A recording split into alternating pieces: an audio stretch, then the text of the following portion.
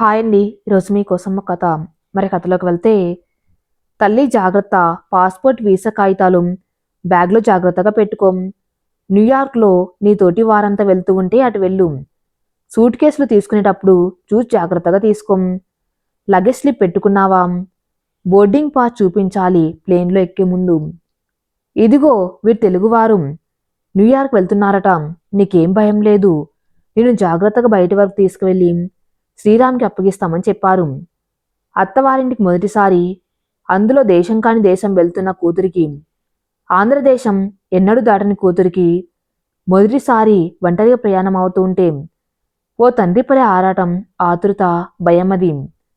బొంబాయి వరకు దిగబెట్టడానికి వచ్చిన తండ్రి ఆఖరిసారి చెప్పే జాగ్రత్తలవి. పర్వాలేదు నాన్న, మీరేం కంగారు పడకండి, వీళ్ళు తోడున్నారుగా. గుండెల్లో గుబులు ఉన్న తండ్రికి ధైర్యం చెప్పింది విజయ. అమెరికా సంబంధం, ఇంజనీరు, రావటం చూడ్డం, నచ్చటం, పెళ్లి అంతా 15 రోజుల్లో ఏదో కల్లో మాదిరిగా అయిపోయింది. వారం రోజులు కొత్త భర్తతో ఊటి వెళ్ళి హనీమూన్ కాంగానే ముందు వెళ్ళి వీసా కాగితాలు, టికెట్ అవి పంపిస్తానంటూ బోస్టన్ వెళ్ళిపోయాడు శ్రీరామ్. స్టూడెంట్ వీసా మీద ఉన్నాడు కనుక నెల 15 రోజుల్లో వీసా కాగితాలు, టికెట్ పంపుతూ బయలుదేరమ్మని ఫోన్ చేశాడు. న్యూయార్క్ వచ్చి రిసీవ్ చేసుకుంటా అన్నాడు. పుట్టింది, పెరిగింది, చదివింది విశాఖపట్నం. అమ్మమ్మ గారి ఊరు కాకినాడ, అత్తగారి ఊరు రాజమండ్రి. ఇవి దాటి బయటికెళ్ళిందే లేదు. స్కూలు, కాలేజ్, యూనివర్సిటీ, ఎంఎస్సి కాగానే పెళ్ళి. అసలు ఆలోచించడానికన్నా టైం లేకుండా ఒకదాని వెంట ఒకటి జరిగిపోయి మిస్సెస్ శ్రీరామ్ అయిపోయి అమెరికాకి ప్రయాణం కట్టింది విజయ. సెక్యూరిటీ చెక్ అని వినిపించి, పదమ్మ పిలుస్తున్నారు. రామనాథం గారు గాబరాం. కొంచెం కొంచెం అంటూ తల్లి సర్దిన పచ్చళ్ళు, పొడులు, స్వీట్లు ఉన్న షోల్డర్ బ్యాగ్ ఎత్తి భుజాన వేసుకుంటూ ఉంటే భుజం దిగలాడింది అలవాట్లేని బరువుకి. ఆ చూసిన తండ్రి హృదయం గిలగిల్లాడింది. ఏమిటో అక్కడెవరు ఉండరు. ఇంతంత సూట్ కేసులు మోసుకుని ప్రయాణం చేయాలి. కాస్త ఎవరినన్నా సహాయం అడుగు తల్లి. పదమ్మా, అదిగో వారు వెళ్తున్నారు, వారు వెనక ఉండు. రామనాథం గారి కళ్ళ నిండా నీళ్లు. విజయ బేలగా నాన్న అంటూ తండ్రి భుజం మీద తలవాల్చింది. జాగ్రత్తమ్మ, వెళ్ళగానే ఫోన్ చేయించు. అంతవరకు మాకు దిగులు, పట్టుకున్న గొంతో అన్నారాయన. మీరేం వరి కాకండి సార్. న్యూయార్క్లో మీ అల్లుడికి అప్పగించే పూచి మాది, నవ్వుతూ భరోసా ఇచ్చాడు ఓ తెలుగాయన. రామనాథం గారు కూతుర్ని చెయ్యి పట్టుకుని సెక్యూరిటీ వైపు నడిపించుకుని వెళ్ళి విజయ్ లోపలికి వెళ్ళగానే ప్లేన్ టేకాఫ్ కనపడే చోటికి వెళ్లారు బరువెక్కిన గుండెతో. భర్త దగ్గరికి వెళ్తున్న ఆనందం, విదేశాలు చూడబోతున్నందుకు ఆనందంతో మనసు ప్లేన్తో పాటు గాల్లో ఎగిరింది. కన్న వారిని వదిలి వెళ్తున్న బాధని మరిపిస్తూ ప్లేన్ కనుమరుగయ్యేంత వరకు చూసి వెనుదిరిగాడు తండ్రి. న్యూయార్క్లో మహాసముద్రం లాంటి ఆ ఎయిర్పోర్ట్లో అన్ని చెకింగ్లు ముగించుకొని సూట్ కేసు, ట్రాలీ తీసుకుంటూ లాంజ్లోకి రావటానికి 2 గంటలు పట్టింది. ఎంట్రెన్స్ దగ్గర ఆరటంగా ఎదురుచూస్తున్న శ్రీరామ్ని చూశాక మనసు కుదుటపడింది.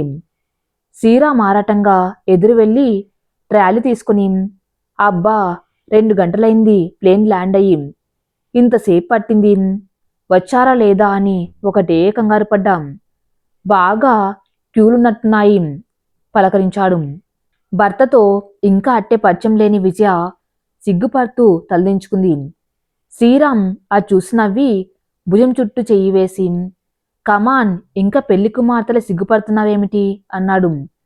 విజయ నవ్వి, అబ్బా, ఏం ఎయిర్పోర్టు, ఎంత క్యూ, కాళ్ళు పీక్కపోయాయి. ఈ సామాను మోసేసరికి తాతలు దిగివచ్చారు అంది. ఇదేం ఇండియా కాదమ్మగారు. 4 రూపాయలు పడేసి సామాన్లు మోయించటానికి. ఇక్కడెవరి సామాన్లు వారే మోసుకుంటారు. అదే అలవాటు అవుతుంది నీకింకా కొత్తగా అన్నాడు. అన్యాయం సార్, ఈవిడ్ని చూడండి. మీరు కనపడగానే మమ్మల్ని మర్చిపోయింది. కనీసం థ్యాంక్స్ అన్న చెప్పలేదు. తెలుగు అతను నవ్వుతూ కంప్లైంట్ చేశాడు.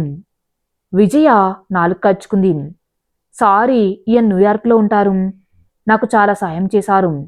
Thanks, glad to meet you.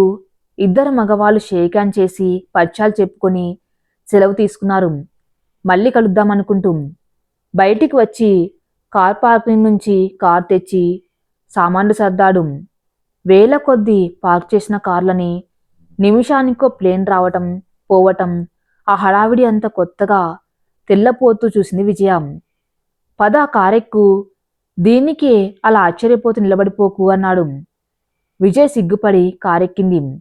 Highway మీద న్యూయార్క్ నుంచి బోస్టన్ 2.5-3 గంటల ప్రయాణం. ఆ రోడ్లు ఇటు 4 అటు 4 వరుసల రోడ్లు, ఫ్లైఓవర్లు చీమల బారుల్లా, రయ్యుమని దూసుకుపోతున్న కార్లు, 80-90 కిలోమీటర్ల వేగంతో వెళ్తున్నా ఎక్కడ కుదుపు ధూళి అన్న లేని రోడ్లు అన్ని వింతగా చూడసాగింది. కొత్త భర్త పెళ్ళై వారం కూడా గడపని భర్త పక్కన ఉన్న అతని కంటే ఆ పరిసరాలే ఆమెని ఆకర్షణలో పడేసి మైమర్పించాయి. ఏమిటి విశేషాలు చెప్పు, ఆ రోడ్లు అవి తర్వాత చూద్దువు గాని, ఇక ఇక్కడే ఉంటావుగా, మాట్లాడు శ్రీరామ్ కినుకుగా అన్నాడు. విజయ చప్పున తెలివి తెచ్చుకున్నట్లు చూపు తిప్పుకొని నవ్వింది. సాయంత్రం 7:30 అయినా చీకటి పడలేదు. సరికదా ఏ 4 అయినట్టు వెలుగుతుంది. కారు బోస్టన్ చేరేసరికి ఓ 2 బెడ్రూమ్ బంగ్లా అతంది. ఇంటి ముందు చిన్న లాను, సీజన్ ఫ్లవర్స్ ఉన్న తోట విజయ్కి స్వాగతం చెప్పింది. ఇల్లు ముచ్చటగా డ్రాయింగ్ రూము, డైనింగ్, కిచెను, 2 బెడ్రూమ్లు, ఇల్లంతా కార్పెట్టు, అన్ని కొత్త సామాను, ఫర్నిచర్. ఇల్లు చూసి మురిసిపోయింది. శ్రీరామ్ కారులోంచి సామాన్ తెచ్చి గదిలో పెట్టేలోగా ఓసారి ఇల్లంతా కలయి తిరిగింది. అన్నిటికంటే తలతల్లాడే బాత్రూంలు, ఫిట్టింగ్లు చూసి ఎంత బాగున్నాయో అనుకుంది. బాగుందా దేవిగారికి, ఇల్లు నచ్చిందా? నీకోసం అన్ని కొని కష్టపడి సర్దాను. వారం రోజులుగా ఇదే పని. విజయ్ భుజాల మీద చేతులు వేసి కళ్ళలోకి ప్రేమగా చూశాడు. విజయ తలదించుకొని అతని గుండెల్లో మొహం దాచుకుంది. కాలింగ్ బెల్ మోగింది. శ్రీరామ్ ఆఫీస్కి వెళ్ళాక సావకాశంగా డస్టింగ్ చేస్తున్న విజయ ఆశ్చర్యంగా తలుపు తీసింది. ఎదురుగా ఫారిన్ వినిత చేతిలో 2 ఏళ్ల పైన ఉన్న బాబుని ఎత్తుకొని నిలబడింది. ఎవరో ఇరుగు పొరుగు ఆవిడ తను వచ్చిందని చూడ్డానికి వచ్చిందేమోనని సందిగ్ధంగానే చూస్తూ నవ్వి కమీన్ అని మర్యాదగా ఆహ్వానించింది. ఆమె గుమ్మంలోంచి లోపలికి వచ్చి శ్రీరామ్ శ్రీరామ్ అంటూ యూ యూ అంది. ఆమె ఆశ్చర్యపోయినట్టు చూసింది. ఐ ఫ్రెంచ్, నో ఇంగ్లీష్ అంది మాటలకి తడుముకుంటూ. విజయ తడబడుతూ ఈవిడ ఇంగ్లీష్ రాదంటుంది, ఎలా అనుకుంటూ సైగ చేసి కమ్ సిట్ డౌన్ అంది. ఆమె సందేహిస్తున్నట్టు లోపల వచ్చి కూర్చుంది. ఆమె తెల్లగా ఫారినర్లా ఉన్న ఆ బాబు మాత్రం చామన్ ఛాయతో ఇండియన్ పోలికలతో ఉన్నాడు. Who are you, what can I do for you? English వత్తి వత్తి నెమ్మదిగా మాట్లాడింది. అర్థమవుతుందేమోనని. రామ్ ఆఫీస్ అని అడిగింది. రామ్ అంటూ ఇంత చనువుగా పిలుస్తుంది. ఈవిడెవరో, ఎందుకొచ్చిందో విజయ్కి ఏమర్థం కాలేదు. మీరెవరు అన్నట్టు సాంజ చేసింది. మీ సూసాన్. రామ్ రా అంటూ చేతిలో ఉన్న బాబుని చూపింది. రామ్ బేబీ అంది మళ్ళీ. విజయ గుండె ఒక క్షణం లయ తప్పింది. మళ్ళీ టేబుల్ మీద ఉన్న శ్రీరామ్ ఫోటో వైపు చేతిలో బాబుని చూసి రామ్ బేబీ అంది విజయ. మొహం నల్లబడింది. ఏమిటి రామ్ కొడుకా? ఈవిన్ని రామ్ పెళ్లి చేసుకున్నాడా? పిల్లాడు కూడా ఉండగా, ముందే పెళ్ళై బాబు కూడా ఉండగా మళ్ళీ తన్నెందుకు చేసుకున్నాడు? మోసం చేశాడా? ఎంత దగా! వారం రోజులుగా అనుభవించిన ఆనందమంతా గాలి తీసిన బెలూన్లా చబ్బడిపోయింది. కావాలని తన్ని మోసం చేసి పెళ్లి చేసుకున్నారా? ఇదంతా దాచి ఇండియా వచ్చి తన్ని చేసుకున్నాడా? ఇది వరకు చూసిన ఓ సినిమాలో జయప్రదని చిరంజీవి ఇలాగే పెళ్లి చేసుకుని తీసుకువస్తాడు. ఫారెన్ భార్యని ఉంచుకొని ఇంట్లో పని మనిషిలో ఉండడానికి. పెళ్ళాడి తెచ్చి నానా బాధలు పెట్టాడు. ఈ మధ్య కూడా ఎవరో చెప్పుకుంటూ ఉంటే వింది. అక్కడ ఫారెన్ లేడిని పెళ్ళాడి తల్లిదండ్రుల మాట కాదనలేక ఇండియాలో మరొకరిని పెళ్ళాడి వెళ్ళిపోయి రాలేదని చెప్పుకున్నారు. ఫారెన్ సంబంధం అనగానే ఎగిరి గంతేస్తారు. ఇక్కడ జరిగే సంగతులు అక్కడెవరికి తెలుస్తాయి? కొందరు పెద్దవాళ్ల మాట కాదనలేక చేసుకుని, కొందరు ఆ భార్యని ఇంటి పని కోసం, పిల్లల్ని కని వంశబుద్ధి కోసం చేసుకుని ఆ ఫారెన్ లేడీతో సరదాలు సరసాల కోసం ఉంచుకుంటారని వింది. ఇది నిజమా? శ్రీరామ్ ఎంత మర్యాదగా కనిపించాడు, తన మీద ఎంత ప్రేమ చూపాడు, తను అదృష్టవంతురాల్ని అని తన వారు మురిసిపోయారు. తన అదృష్టం నీటి బుడగేనా? క్షణంలో విజయ్ని 1,00,000 ఆలోచనలు చుట్టుముట్టాయి. విజయ మొహంలో కలవరం గుర్తించినట్టు జాలిగా చూసి సారీ అంది. విజయ్ నోరు పెగిల్చుకొని మీరు అతన్ని పెళ్లి చేసుకున్నారా? మ్యారేజ్ అంటూ చేతి ఉంగరం చూపిస్తూ అంది.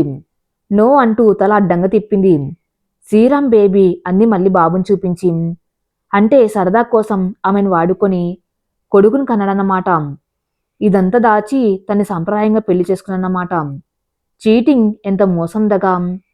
I go come tomorrow tell Sriram అని లేచి వెళ్ళిపోయింది సూసాన్. విజయ్ సోఫాలో కూలబడింది. ఆమె మెదడు మొద్దుబారినట్టు అయిపోయింది. వచ్చి రాగానే ఏమిటి అపశృతి? ఇప్పుడు తనేం చేయాలి? రామ్ని నిలదీసి అడుగుతుంది. అది నిజమైతే తనేం చేయాలి? తన్ని దాసి పనికి తీసుకువస్తే తన గతేమిటి? తల్లిదండ్రులకు చెప్పి ఇండియా వెళ్ళిపోవాలా? ఈ దేశం కాని దేశంలో ఒంటరిగా తనేం చేయాలి? ఆలోచిస్తూ దుఃఖం ముంచుకొచ్చింది. ఓ అరగంట సేపు ఏడ్చాక కాసేపు ఆలోచించి ముందసలు రామ్ ఏం చెబుతాడో వినాలి. ఇలా సూసాన్ వచ్చింది అంటే అతని రియాక్షన్ ఎలా ఉంటుందో చూడాలి. అప్పటికైనా అతనంతట అతను ఏమన్నా నిజాయితీగా చెప్తాడేమో చూడాలి అని నిర్ణయించుకుంది. హే విజ్జి, ఏమిటి ఇంకా అలాగే ఉన్నావా? సాయంత్రం వచ్చేసరికి రెడీగా ఉండమన్నాను కదా. షాపింగ్ వెళ్దామనుకున్నాం కదా. 7 అయింది, త్వరగా తయారవు. ఆఫీస్ నుంచి వస్తూనే హడావిడి పెట్టాడు శ్రీరామ్. ఉదయం నుంచి వంట చేయలేదు, అన్నం తినలేదు. అన్యమనస్కంగా దిగులుగా కూర్చొని ఉన్న విజయం చూసి అదేంటి అలా ఉన్నావు? వంట్లో బాగోలేదా? ఆరాటంగా దగ్గరికి వచ్చి విజయ్ నుదుటి మీద చెయ్యి వేశాడు. విజయ చెయ్యి తీసేసింది. ఏం లేదు, వదలండి. షాపింగ్కి ఇవాళొద్దు భావంగా అంది. అరే ఏమైంది, అలా ఉన్నావేంటి అన్నాడు. విజయ సూటిగా అతని వంక చూసి సూసాన్ ఎవరు? ఆ సూసాన్ ఎవరు? ఉదయం వచ్చింది. ఆ మాటతో శ్రీరామ్ మొహం ఒక్కసారిగా కలతప్పింది. కలవరపడిపోయాడు. సూసాన్ వచ్చిందా? ఏమంది? ఆరటంగా అడిగాడు. ఆవిడేమందో నాకు అర్థం కాలేదు. ఒక్క మాట తప్ప. ఆమెకి పుట్టిన పిల్లవాడికి మీరు తండ్రి అన్న తప్ప. ఆవిడ ఫ్రెంచ్ అట, ఇంగ్లీష్ రాదంది. మీరు లేరంటే రేపు మళ్ళీ వస్తానంది. అతని మొహంలో భావాలు గమనిస్తూ అంది. మారిన అతని మొహంలో రంగు అతని కలవరపాటు చూస్తే సూసాన్ మాటల్లో నిజం ఉందని అర్థమైంది. ఓ దట్ బీచ్ ఏదో కొనిగాడు. శ్రీరామ్ అలా అనగానే తిరస్కారంగా చూసింది విజయ. బీచ్ ఆమెని బీచ్గా చూసింది మీలాంటి మగవాళ్లేగా. ఓ విజయ, నీకేం తెలియదు ఆ సూసాన్ సంగతి. ఏదో చెప్పబోయాడు. ఆవిడ సంగతి నాకేం తెలియనక్కర్లేదు. మీ గురించిన ఈ నిజం మా నుంచి దాచి నన్నెందుకు పెళ్లి చేసుకున్నారో అది కావాలి నాకు. ఇక్కడ ఓ స్త్రీతో సంబంధం పెట్టుకుని పిల్లాన్ని కని ఏమీ తెలియనట్టు అక్కడికొచ్చి మమ్మల్ని మోసం చేసి పెళ్లి చేసుకునే మీ ధైర్యాన్ని అభినందిస్తున్నాను. నిన్నింత దగ ఎందుకు చేశారు? ఆవేశంగా మొదలుపెట్టిన విజయ్ గొంతు రుద్ధమైంది. ప్లీజ్ విజయ, అలా మాట్లాడకు. నీకంతా చెప్తాను. అప్పుడు నీకు అర్థమవుతుంది సూసాన్ సంగతి. మిమ్మల్ని నేనేం మోసం చేయలేదు. ఈ విషయం దాచడం మోసం కాక మరేమిటి? ఉక్రోషంగా కన్నీళ్ల మధ్య అంది. ప్లీజ్ విజయ, అనవసరంగా ఏదో ఆలోచించి అపోహపడవద్దు. నేను చెప్పేది పూర్తిగా విన్నాక నీవేమన్నా భరిస్తాను. ముందు నేను చెప్పేది విను అన్నయంగా అన్నాడు. నేను చెప్పేది కట్టుకథ కాదు, ప్రతి అక్షరం నిజం చెబుతాను. అప్పుడు నీవు ఏ శిక్ష విధించినా భరిస్తాను. ప్రాధేయపూర్వకంగా చూశాడు. అతని మొహం చూస్తే అతను నిజంగానే బాధపడుతున్నాడని అతనికి చెప్పే అవకాశం ఇవ్వాలనిపించింది విజయ్కి.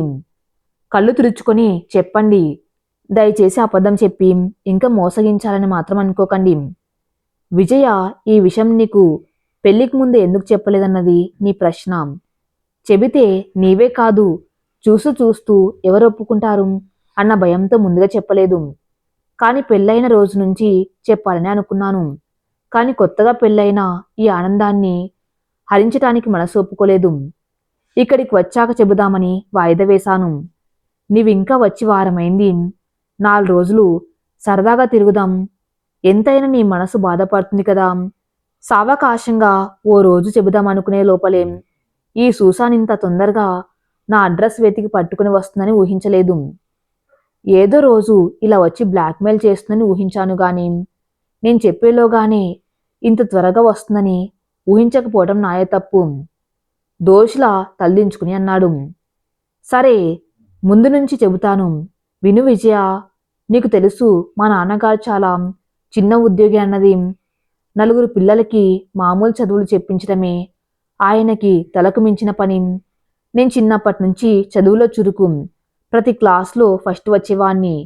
మెట్రిక్ ఇంటర్లో ర్యాంక్ కూడా వచ్చింది. ఇంజనీరింగ్ చదవాలని నా కోరిక. ఇంత బాగా చదువుకున్నా నన్ను ఆయన నా కోరిక విని నిరాశపరచలేక అతి కష్టం మీద ఇంజనీరింగ్ చదివించాడు. నా తోటి వారందరితో ఫారిన్ వెళ్ళటానికి పరీక్షలు రాస్తుంటే ఓ ఫ్రెండ్ సహాయంతో డబ్బులు కట్టి నేను రాసి పాస్ అయ్యాను. మా లెక్చరర్లు అందరూ నన్ను ఎంతో ప్రోత్సహించి తప్పకుండా అమెరికా వెళ్ళి బాగా సంపాదించి తమ్ముడి చదువు బాధ్యత తీసుకోవచ్చు, నాన్నగారు చేసిన అప్పులు తీర్చవచ్చు నా ఆలోచనలవి. నాన్నకు నచ్చి చెప్పాను. ఆయన పాపం భవిష్యత్తు అందంగా ఊహించుకొని నా మీద నమ్మకంతో ఇంటిని తాకట్టు పెట్టి అమెరికాకి టికెట్ తీసుకువచ్చి పంపారు. అప్పటికి నాకు ఇంకా ఎయిడ్ దొరకలేదు. అక్కడికి వెళ్ళాక ఫస్ట్ సెమిస్టర్ తర్వాత సాధారణంగా అందరికీ ఎయిడ్ దొరుకుతుందని అంతా చెప్పారు. ఎలాగో వెళ్ళి కాలేజీలో జాయిన్ అయితే ఏదో పని చేస్తూ 3 నెలలు కష్టపడితే ఎయిడ్ దొరుకుతుందన్న ధైర్యంతో టికెట్టు మరో $200 చేతిలో పెట్టుకుని అమెరికా చేరి కాలేజీలో జాయిన్ అయ్యాను. వచ్చాక ఒక 6 నెలలు నేను పడిన ఇబ్బందులు కష్టాలు చెబితే భారతమవుతుంది. ఇలా చేతిలో డబ్బు లేకుండా ధైర్యం చేసి రావడం వచ్చేసాను. కాలేజీలో జాయిన్ అయ్యి ఇండియా వచ్చిన స్టూడెంట్స్ అందులో తెలుగు వాళ్ళు ఉన్నారా ఉండరా అని వెతికి పట్టుకున్నాను. డాక్టరేట్ చేస్తున్న ప్రసాద్ అన్న అబ్బాయి ఆ క్షణంలో దేవుళ్ళ కనిపించాడు.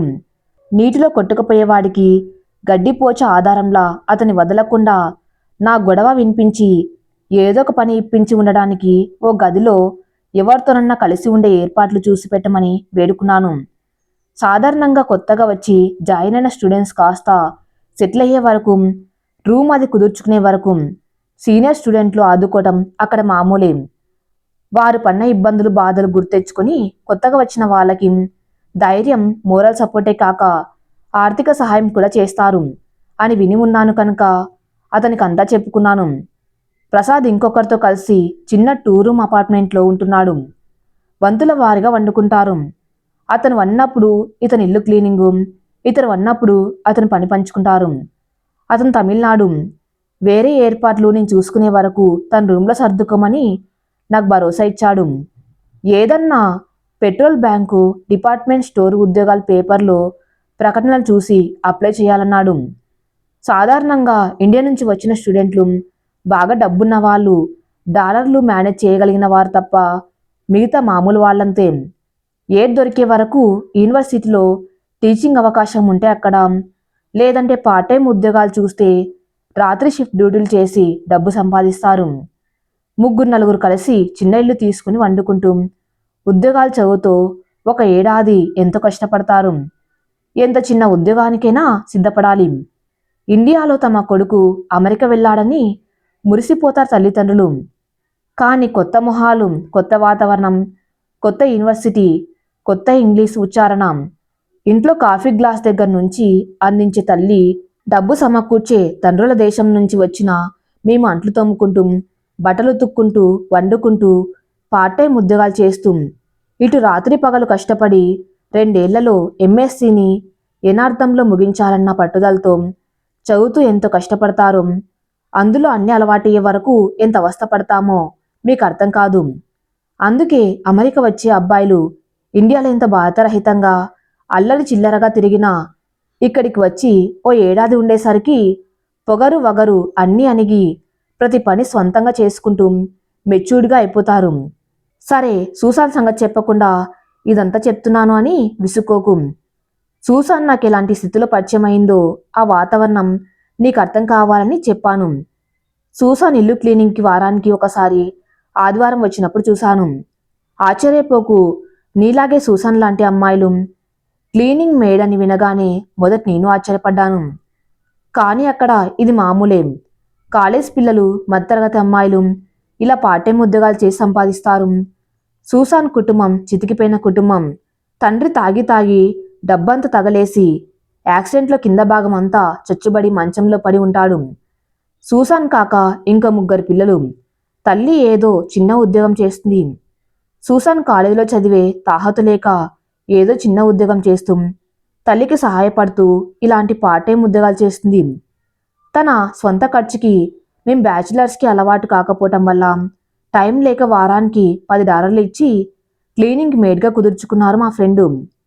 అతని రూమ్మేటు ఆదివారం వచ్చి ఇల్లంతా వ్యాక్యూమ్ క్లీనింగ్ చేసి వంటిల్లంతా శుభ్రం చేసి బాత్రూంలు తలతల్లాడేట్టు కడిగి కిటికీల అద్దాలు తుడిచి బట్టలు వాషింగ్ మిషన్లో వేసి ఇస్త్రీ చేసేది.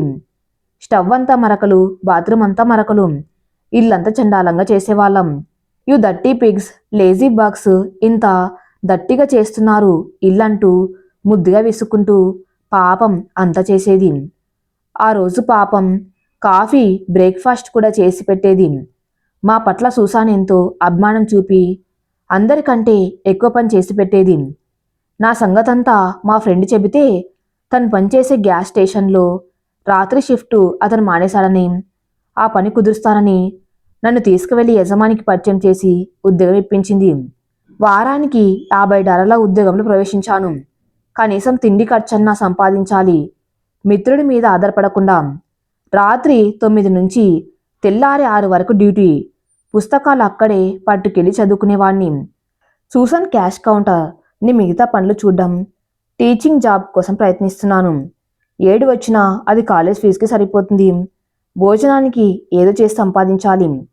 ఇంకో మంచి పార్ట్ టైం ఉద్యోగం దొరికే వరకు ఇదే గతి. ఆ ఉద్యోగం ఇప్పించిన సూసాన్ పట్ల నా మనసంతా కృతజ్ఞత భావంతో నిండిపోయింది. చదువుతో నిద్ర లేక పడుకుంటే పాపం నన్ను లేపకుండా నా పని తనే చూసేది చాలా మటుకు.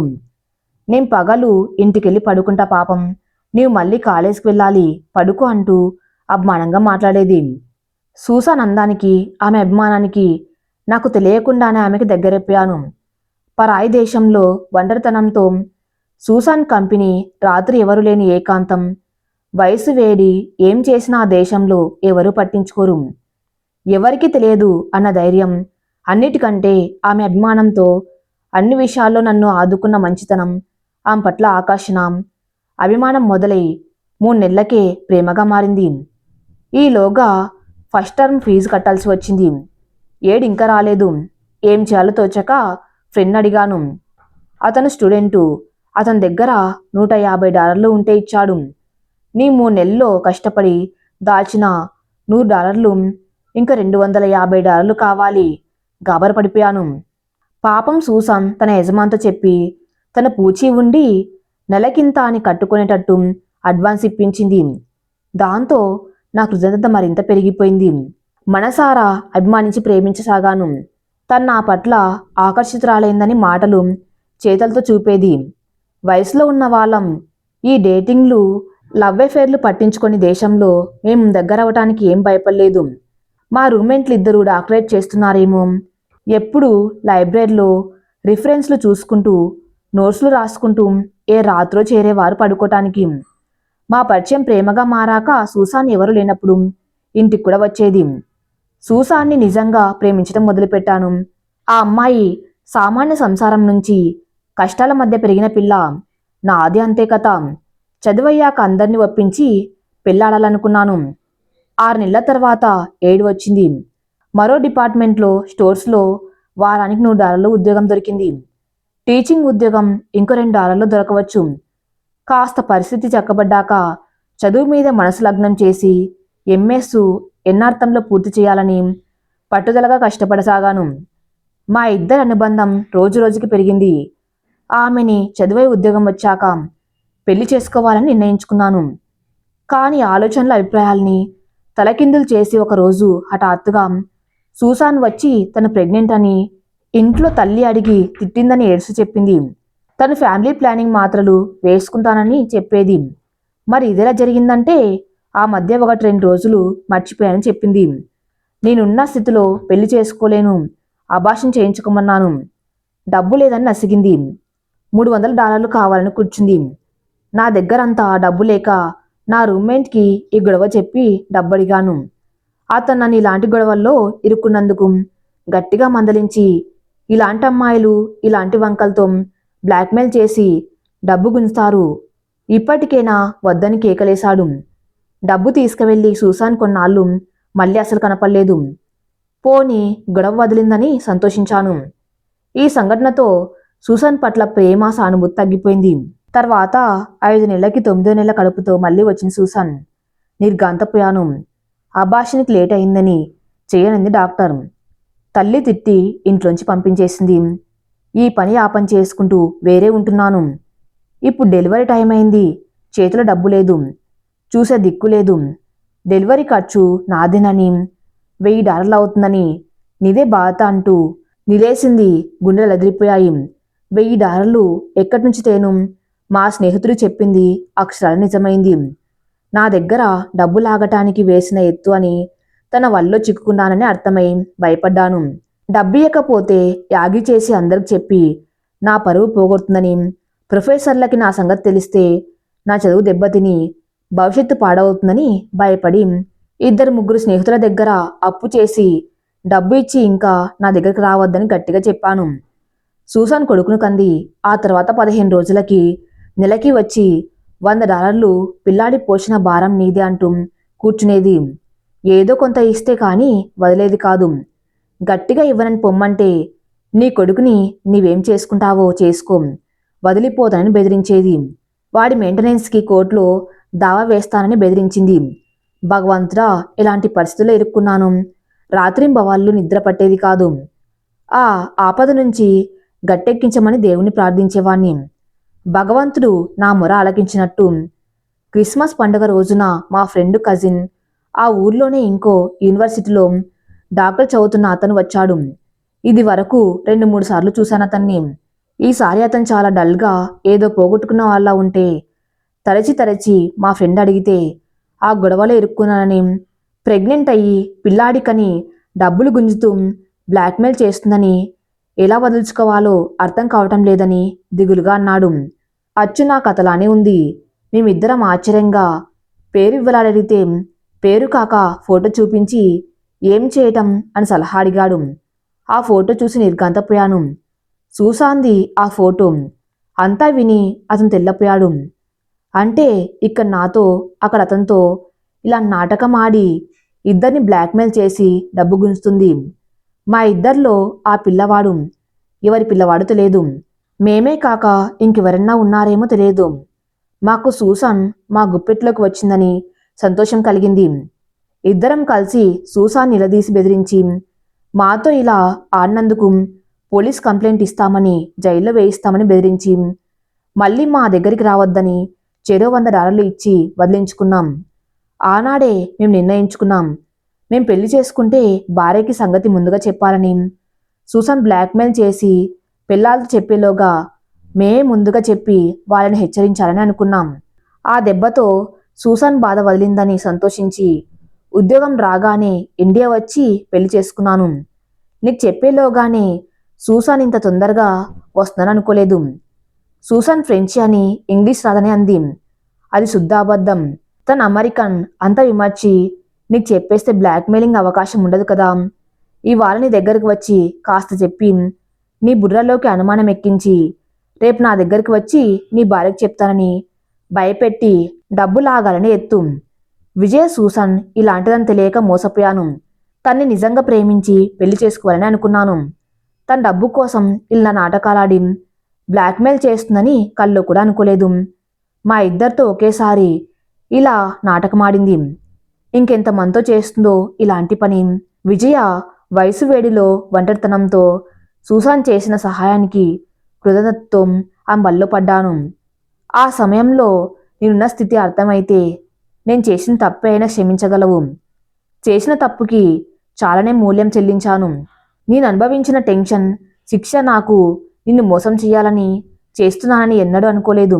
ముందు చెబితే చూస్తూ చూస్తూ ఇండియాలో ఏ తల్లిదండ్రులు అంగీకరించారన్న భయంతో పెళ్లికి ముందు చెప్పలేదు. ప్లీజ్ నన్ను అర్థం చేసుకో. నేను దోషిని కాను, ద్రోహిని కాను. ఎంతమంది అఫైర్లు నడవటం లేదు, ఎంతమంది కాలేజ్ పిల్లలతో ఆఫీసర్లు సెక్స్ సంబంధాలు పెట్టుకోవటం లేదు. కాలేజ్ అబ్బాయిలు అమ్మాయిలు ఆకర్షించబడతారు, కలలు కంటారు. కాస్త ధైర్యం ఉన్నవారు ముందుకు వెళ్తారు. ఈ ఫ్యామిలీ ప్లానింగ్లు వచ్చాక ఎంతమంది పవిత్రంగా ఉన్నారన్నది ప్రశ్నార్థకం. ఆలోచించి విజయ, ఒక్క మాట అబద్ధం చెప్పలేదు. నీవు నన్ను మన్నించగలిగితే సంతోషిస్తాను, లేదు అంటే ఏం చేయాలన్నది నీవే నిర్ణయించి చెప్పు. చాలా బాధగా ధైర్యంగాని గదిలోకి వెళ్ళిపోయాడు. శ్రీరామ్ చెప్పింది వినగానే చటుక్కున విజయకి ఓ సంగతి గుర్తుకు వచ్చింది. చిన్నప్పటి నుంచి ఇంట్లో ఉండే బావ అంటే తనంటే బావకి అభిమానం, ప్రేమ. బావ అందం, కవితా హృదయం, కమ్మగా పాడే బావ గొంతు అన్ని తన్ని ఆరాధనలో పడేసింది. చదువబ్బలేదని తన ఇంట్లో తమ దయ మీద బతికే బావంటే తండ్రికి గిట్టేదే కాదు. చదువు, ఉద్యోగం లేదు, కవితలు కథలు అన్నం పెడతాయా, వాణ్ణి కట్టుకొని ఏం తింటావు అంటూ తండ్రి బావతో పెళ్లికి ఇష్టపడలేదు. ఇద్దరం ఒకరినొకరు దూరం కాలేక దగ్గరవ్వలేక ఎంతో బాధపడ్డారు. తనకి పెళ్లి సంబంధాలు చూడడం మొదలయ్యాక తిరగబడితే తండ్రి ససిమిరా అన్నారు. అలాంటి స్థితిలో ఓ రోజు ఇంట్లో ఎవరు లేనప్పుడు బావ తన్ను కౌగలించుకొని ముద్దు పెట్టుకుని కన్నీళ్లు కార్చాడు. తను వినసురాలైంది. ఆఖరి క్షణంలో మేల్కొంది. తమ ఇద్దరి మధ్య పెరుగుతున్న సాన్నిహిత్యాన్ని గమనించి తండ్రి బావని ఇంట్లోంచి పంపించేశాడు. తండ్రి మాటల్లో నిజం ఇంకో 2 ఏళ్ల తర్వాత గుర్తించి బావని మర్చిపోవటానికి ప్రయత్నించి తల్లి తండ్రి తెచ్చిన సంబంధాలకు తల ఒగ్గించి మర్చిపోవటం అంతా సులువు కాకపోయినా మనస్సుని సమాధానపరుచుకుని పెళ్లికి సిద్ధపడింది. అమెరికా సంబంధం అనగానే ఈ పెళ్లికి సిద్ధపడింది. అమెరికా సంబంధం అనగానే ఈ పెళ్లికి మరో మాట లేకుండా ఒప్పుకుంది. శ్రీరామ్ అన్నట్టు తను మానసికంగా కొంతవరకు శారీరకంగా వ్యభిచరించింది. శ్రీరామ్ చేసిన తప్పు ఒప్పుకున్నాను నిజాయితీగా. అతను అన్నట్టు పెళ్లి తర్వాత అయితే తను మోసగించినట్టు లెక్క. పెళ్లికి ముందు చాలా మంది అబ్బాయిలు అమ్మాయిలు జీవితాల్లో అనేక సంఘటనలు జరుగుతాయి. ఈ సూసాన్ రాకపోతే అతని గతం తనకేం తెలిసేది, తన గతం అతనికి తెలియదు. ఇప్పుడు తనేదో పెద్ద పవిత్రంగా ఉన్నట్టు శ్రీరామ్ని తప్పటమేంటి? ఇప్పుడు శ్రీరామ్ని వదిలి వెళ్లే ధైర్యం తనకుందా? కాపురం వదులుకొని వచ్చిన తల్లి తండ్రి ఆదుకుంటారా? నలుగురు నోళ్ళల్లో పడి కాపురం రట్టు చేసుకుంటే వచ్చేదేముంది? తప్పు చేసి నిజాయితీగా చెప్పిన శ్రీరామ్ని క్షమించకపోవటం ఔదార్యం కాదు, గతం గతహ అనుకోవటం ఒక్కటే ఈ పరిస్థితిలో ఉత్తమం. తేలికైన మనసుతో శ్రీరామ్ గది వైపు నడిచింది విజయ. ఈ కథ ఇంతటితో సమాప్తం. మరిన్ని మంచి స్టోరీస్ కోసం నా ఛానల్ని ఫాలో అవుతూ ఉండండి. Thank you for listening.